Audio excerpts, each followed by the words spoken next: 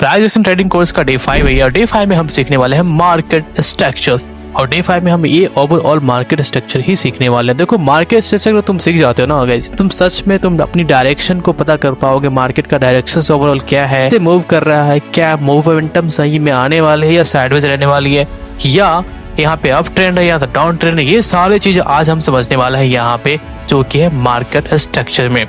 तो मैं एक सबसे पहले मैं आपसे कुछ सवाल पूछूंगा जो का तुम्हें आपको आंसर देना है इन कमेंट बॉक्स में। अगर बुलिश इनगल्फिंग बनती है तो मैं बाइंग कर लूंगा, बट ट्रेडर्स जो होंगे या कैंडल जो पढ़े होंगे उनको पता होगा कि बुलिश इनगल्फिंग कहाँ बनेगा या किस पोजीशन पे बनेगा, वहाँ पे हम बाइंग करेंगे। वहाँ पे देखेंगे कि मुझे बाइंग करना है या नहीं करना है। ये सबसे अच्छी चीज सीखी है उन्होंने, जो कि बिगनर्स ने, अगर आपने नहीं सीखा है कहाँ पे बाइंग करनी है कैंडल्स की फॉर्म को देख के या नहीं बाई करनी है, वो सारी चीज़ आपको सीखना पड़ेगा।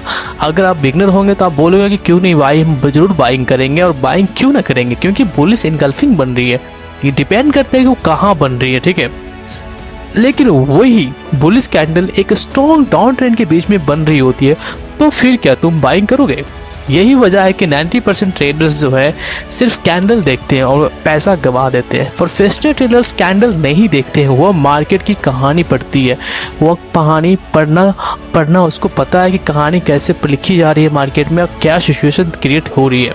हर चार्ट एक स्टोरी बता रहा है दोस्तों। तो यहाँ पे जो देख रहे हो आप चार्ट, यहाँ पे एक निफ्टी का चार्ट है और निफ्टी के चार्ट में क्या सेलर्स कंट्रोल में है या बायर्स कंट्रोल में है, या मार्केट सिर्फ रिटेलर शेयर्स को ट्रैप कर रहा है। इसकी वीडियोस के बाद जो भी तुम चार्ट खोलोगे, तुम सिर्फ कैंडल्स ही नहीं देखोगे, तुम्हें higher highs and higher low and lower high and lower low दिखने लगेंगे। और ये सब तो दिखेंगे और यही वो स्किल है जो कि प्रॉफिटेबल ट्रेडर्स लूजिंग ट्रेडर्स से अलग करती है। तो चलो शुरू करते हैं और समझते हैं कि मार्केट स्ट्रक्चर्स का बेसिक से लेकर प्रोफेशनल तक। अब हम सबसे पहले समझते हैं मार्केट स्ट्रक्चर्स वाकई में होता क्या है। देखो दोस्तों, मार्केट स्ट्रक्चर्स एक इंडिकेटर्स नहीं है, कोई सीक्रेट स्ट्रैटेजी भी नहीं है, कोई मैजिक भी नहीं है। ये मार्केट का फाउंडेशन है और फाउंडेशन जो होता है ना, वो नींव होता है मार्केट का। और जिस तरह एक बिल्डिंग का फाउंडेशंस के बिना खड़ी नहीं हो सकती ना, वैसे ही मार्केट स्ट्रक्चर्स समझे बिना कोई ट्रेडर लॉन्ग टर्म प्रॉफिटेबल नहीं बन सकता है। और वैसे ही मार्केट स्ट्रक्चर समझना बहुत जरूरी है। तो मार्केट स्ट्रक्चर हमें बताता है कि मार्केट का डायरेक्शन में मूव कर रहा है या किस साइड में स्मार्ट मनी प्रेशर्स ज़्यादा दे रहा है। तो सबसे पहले हम समझते हैं मार्केट स्ट्रक्चर का बेसिक प्रिंसिपल क्या है। अब तो बेसिक प्रिंसिपल में क्या है कि सबसे पहले एक बात समझो कि मार्केट कभी भी सीधी लाइन में मूव नहीं करती है, वो हमेशा जिगजैग बना के जाती है। अब मार्केट वेव्स में मूव करती है, राइट। अब पुश करता है कि पुल बैक करता है इसमें और फिर दोबारा पुश करता है। तो इसी मोमेंट से स्ट्रक्चर बनता है और स्ट्रक्चर्स के 4 इंपॉर्टेंट पार्ट होते हैं। तो स्ट्रक्चर्स के 4 इंपॉर्टेंट पार्ट्स होते हैं। वो पार्ट्स कौन कौन से होते हैं, मैं यहाँ पे थोड़ा सा होमवर्क करके आया हूँ और मैं चलता हूँ यहाँ पे सबको दिखाता हूँ कि वो पार्ट्स कौन कौन से होते हैं। 4 पार्ट्स बहुत ही इंपॉर्टेंट है, आपको ये सीखना पड़ेगा और बहुत ज़रूरी भी है, समझना भी। तो यहाँ पे तुम समझना, यहाँ पे थोड़ा चार्ट थोड़ा सा गड़बड़ है, थोड़ा सा लगता है कि काफ़ी रफ किया गया है, यहाँ पे होमवर्क किया हुआ है, पर ठीक है, फिर भी हम समझाऊंगा मैं तुम्हें अच्छे से। अब देखो इधर से up trend, right, higher high बना रहा है, हायर लो बना रहा है, higher high, higher low and higher high and higher low. अभी हमें समझना है सबसे पहले हायर हाई, एच, ठीक है, शॉर्ट में इसको हम एच बोलते हैं। जब मार्केट पिछले हाई को तोड़कर नए हाई बनाता है ना, तो उसे हम हायर हाई कहते हैं। जैसे कि यहाँ पे पिछला हाई देखो कहाँ पे, यहाँ पे, राइट। अब उसका हाई एक यहाँ पे तोड़ के उसने बनाया हाई, नया हाई। तो मार्केट में जब पिछले हाई को तोड़ के नया हाई बने तो उसको हम एच कहते हैं। इसका मतलब है बार इतने स्ट्रॉन्ग है कि उन्हें प्रीवियस रेसिस्टेंस भी तोड़ दिया। ये बुलिश ट्रेंड की पहली निशानी होती है, राइट। ये पहली निशानी है। अब यहाँ पे हाई इसको ब्रेक किया, स्विंग लो बनाया, फिर स्विंग हाई को इसने ब्रेक करके एक नया हाई बनाया और स्विंग लो को फिर यहाँ पे ब्रेक नहीं किया। मतलब कि मार्केट में बायर ही डोमिनेट कर रहे हैं, ठीक है, बायर बहुत ज्यादा स्ट्रॉन्ग है। अब हम यहाँ पे देख लेते हैं हायर लो यानी HL, यानी शॉर्ट में इसको हम HL बोलते हैं। अब मार्केट हमेशा ऊपर नहीं जाती, राइट। तुम्हें पता है कि मार्केट एक सीधे डायरेक्शन में कभी मूव नहीं करती है, तो थोड़ा पुल बैक कर लेता है। जैसे कि यहाँ पे पुल बैक ले रखा है, ठीक है। अब यहाँ पे पुल बैक तो ले रखा है, लेकिन अगर ये पुल बैक प्रीवियस लो के बीच में नहीं जाता है और उसके ऊपर से ही सपोर्ट लेकर रहता है, तो उस हायर लो को कहते हैं HL, ठीक है, उसे हम शॉर्ट में हायर लो कहते हैं। और ये बताता है कि बायर्स अभी भी मार्केट में एक्टिव है, और जब स्विंग एक हायर लो बनता है तो वहाँ से एक बाइंग आती है, और बाइंग अपॉर्चुनिटी जो बायर्स है वो फाइंड आउट करते हैं, वहाँ से अपना ऑर्डर एग्जीक्यूट करते हैं। उसके बाद एक नया हाई लगता है जो कि प्रीवियस हायर हाई का ब्रेक कर देता है, ठीक है। उसके बाद एक थोड़ा सा फिर रिटेस्टमेंट आएगी, फिर एक लोअर हाई बनेगी, उसके बाद फिर से प्रीवियस हाई हाई को ब्रेक करके यहाँ पे जैसे आप देख रहे हो इस चार्ट पे एक हाई हाई फिर से क्रिएट कर देगी। तो ये था अप ट्रेंड का हाई हाई। अब हम समझते हैं कि HH प्लस HL यानी कि इक्वल टू अप ट्रेंड, मतलब higher high equal to higher high plus higher low equal to up trend. अब जब मार्केट लगातार HH और HL बना रहा है ना, तो तुम्हें सिंपल समझ लेना है, तो मार्केट अप ट्रेंड में है। ये यहाँ प्रोफेशनल ट्रेडर्स बाय सेटअप्स ढूंढते हैं। अब तुम्हें यहाँ पे सेटअप्स कैसे ढूंढना है, बाय सेटअप्स, यहाँ पे तुम्हें रिटेस्टमेंट का वेट करना है। जो स्विंग लो बनाएगा ना, जैसे कि यहाँ पे हायर लो बनाया, तो यहाँ पे तुम्हें वेट करना है। यहाँ से फिर एक बाइंग आएगी जहाँ पे ये हायर हाई का स्विंग, ये जो पिछला जो हायर हाई है उसको ब्रेक करके एक न्यू हायर हाई बनाएगा वो, ठीक है। तो हम यहाँ पे एंट्री ढूंढ सकते हैं। अब इसके पीछे की हम रियल साइकोलॉजी समझ लेते हैं। देखो अब साइकोलॉजी समझो, यहाँ पे जब मार्केट एक हायर हाई बनाता है ना, तब एक नए बायर्स अट्रैक्ट होते हैं।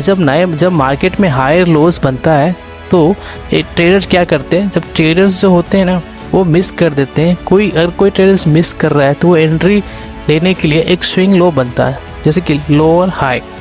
अब इसी वजह से ट्रेंड कंटिन्यू होता रहता है और ऊपर की ओर जाता रहता है, ठीक है। अब हम डाउन ट्रेंड की बात कर लेते हैं। तो डाउन ट्रेंड में हमें क्या समझना है, डाउन ट्रेंड में देखो, डाउन ट्रेंड जस्ट इसका उसका उल्टा ही, जस्ट अपोजिट है, ठीक है। अगर मार्केट के स्ट्रक्चर्स में अगर तुम्हें लोअर लो कहीं पे बनते हुए दिख रहा है, जैसे कि LL बनता तुम्हें कहीं दिख रहा है, अब बेरिश साइड देखते हैं। जब मार्केट प्रीवियस लो तोड़ देता है, जैसे कि यहाँ पे लोअर हाई है and lower low and lower high and lower लो, अब प्रीवियस लो को तोड़ने की कोशिश तो हो रही है, बट यहाँ पे फिर भी बायर डोमिनेट कर रहा है, ठीक है। थोड़ा बहुत जान बची हुई है बायर्स के अंदर, और फिर भी वो ऊपर एक ही कैंडल्स में डोमिनेट किया। उसके बाद यहाँ से फिर से लोअर हाई को बनाने के बाद फिर एक लोअर लो लगा देता। अब इस लोअर स्विंग लो को इसने ब्रेक कर दिया है, यानी कि डाउन ट्रेंड कंटिन्यू कर रहा है वो, ठीक है। तो उसे लोअर लो कहते हैं। और ये सेलर्स डोमिनेट दिखाता है कि मार्केट कह रहा होता है कि जब बायर्स वीक हो चुका है, मतलब बायर्स यहाँ पे अब ऑलमोस्ट इनकी डेड हो चुकी है, तो ऐसे लोअर लो बनते हैं। लोअर लो में देख लेते हैं, मार्केट गिरने के बाद थोड़ा ऊपर रिटेस्ट करता है, जैसे कि यहाँ पे मार्केट गिरा, रिटेस्ट किया, एक लोअर हाई बना, राइट। अब लेकिन अगर वो प्रीवियस हाई के नीचे ही रिजेक्ट हो जा रही, जैसे कि प्रीवियस हाई यहाँ पे, लोअर हाई यहाँ पे, अब इसको रिजेक्ट करके नीचे ही क्लोज कर लेता है ना, तो उसे लोअर हाई कहते हैं। और ये सेलर स्टैंड का सिग्नल है, और ये एक सेलर स्टैंड का सिग्नल है, और सेलर्स यहाँ पे डोमिनेट कर रहा है, राइट। अब हम ये सारा तो सीख गए। अब हम LL plus LH equal to down trend है, जैसे कि lower low and lower high equal to down trend.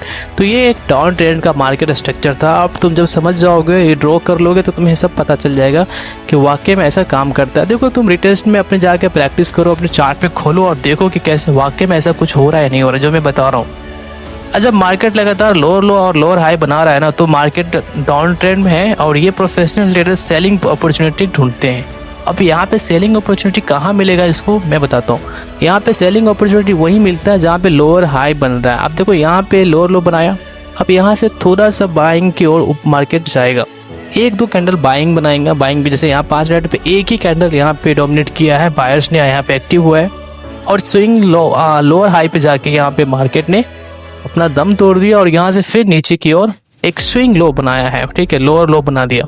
तो दैट से यहाँ पे हम अपॉर्चुनिटी ढूंढ सकते हैं मार्केट पे, यहाँ पे एंट्री ले सकते हैं और नया लोअर लो का हम वेट कर सकते हैं, ठीक है। तो यहाँ पे हम अपने ढूंढ सकते हैं। अब इसके पीछे की साइकोलॉजी क्या हो सकती है, यहाँ बायर्स होप में होते हैं और वो सोचते हैं कि मार्केट रिवर्स होता है, लेकिन का इंस्टीट्यूट्स हर रैली पे सेलिंग कर रहे होते हैं, इसी वजह से लोअर लो बनता है। पर हमें लगता है कि मार्केट अब यहाँ से रिवर्स हो जाएगा, बट ऐसा नहीं होता है। यही तो बिगनर्स की मिस्टेक होती है।